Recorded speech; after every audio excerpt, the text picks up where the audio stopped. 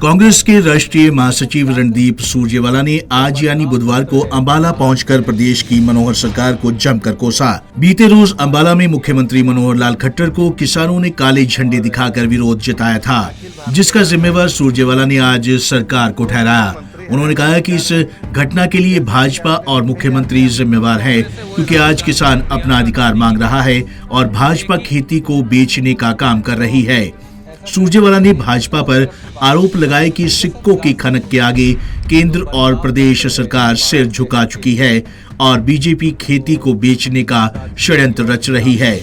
वहीं बीते रोज अंबाला में मुख्यमंत्री के काफिले का घेराव करने वाले 13 किसानों पर भी मामले दर्ज किए गए हैं, जिस पर प्रतिक्रिया देते हुए सुरजेवाला ने कहा कि हर हरियाणवी को खट्टर साहब से किसानों पर पर्चे दर्ज करवाने का जवाब मांगना चाहिए।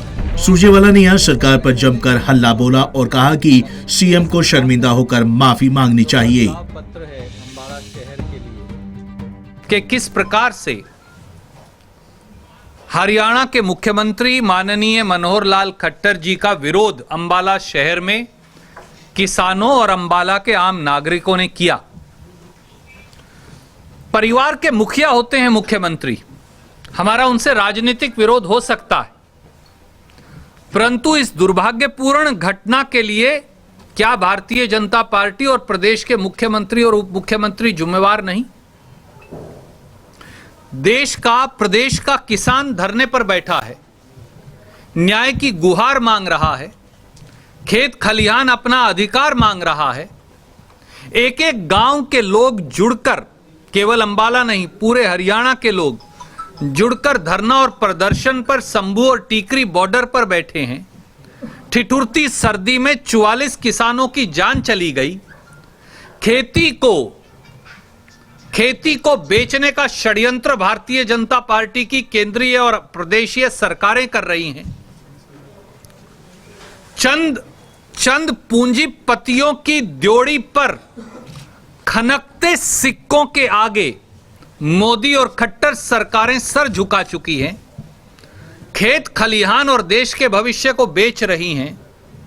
और जब वो गरीब मजदूर, इस देश का अन्नदाता, जिसका बेटा और बेटी देश का जवान भी है, जब वो न्याय मांगता है तो खट्टर साहब, उनके मंत्रीगण और विधायकगण उन मेहनतकश देश का पेट पालने वाले अन्नदाताओं को कभी आतंकवादी, कभी अलगाववादी, कभी उग्रवादी, कभी खालिस्तानी, कभी चीन और पाकिस्तान के एजेंट और कभी टुकड़े टुकड़े गैंग का हिस्सा बताते हैं।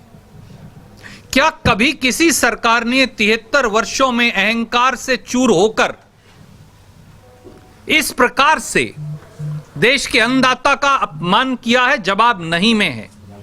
खट्टर साहब, नरेंद्र मोदी जी, आज अंबाला के पत्रकार मित्रों के माध्यम से मैं आपको याद दिलाऊंगा। आप कहते हैं, नरेंद्र तोमर जी कहते हैं, मनोहर लाल खट्टर जी कहते हैं, दुष्यंत चौटाला जी की पार्टी कहती है हमारे पास 307 सांसद हैं, इसलिए हम बदलाव करेंगे, हमें अधिकार है, लोगों ने दिया है। याद करिए, राजीव गांधी जी के पास 1988 में 402 सांसद थे। सबसे ज्यादा सांसद देश के इतिहास में उनके पास थे। लाखों किसान दिल्ली में आए, हमने अन्नदाता का रास्ता नहीं रोका। गौरतलब है कि किसान लगातार कृषि बिलों के विरोध कर रहे हैं, जिसके चलते भाजपा पार्टी को किसानों के रोष का सामना करना पड़ रहा है। ऐसे में अब देखना ये होगा कि सरकार कब तक इस समस्या का हल निकाल पाती है। पंजाब केसरी टीवी चंडीगढ़ के लिए अंबाला से कृष्ण बाली की रिपोर्ट।